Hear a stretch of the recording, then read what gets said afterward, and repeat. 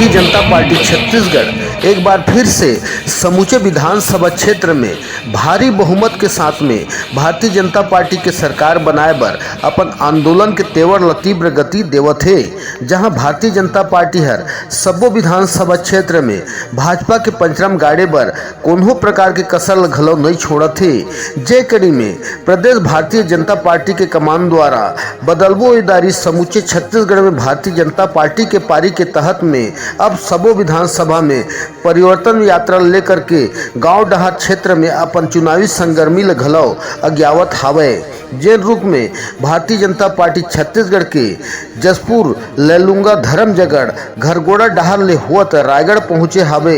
जहां रायगढ़ विधानसभा के नेतागण मन कार्यकर्ता मन ताम झाम कर्मा दल आतिशबाजी के साथ में रायगढ़ के चौक चौराहा नगर में भव्य स्वागत सत्कार लगकर परिवर्तन यात्रा में विशाल जुलूस निकाले हावे। जहां परिवर्तन यात्रा प्रभारी श्री माननीय नारायण चंदेल जी व माननीय ननकीराम कंवर परिवर्तन यात्रा में शामिल मुख्य अतिथि के रायगढ़ पहुंचत थी भारतीय जनता पार्टी के कमान मन और साथ ही जिला मंत्री श्री रथु गुप्ता हर रायगढ़ परिवर्तन यात्रा के अगुवाई ले करे हावे।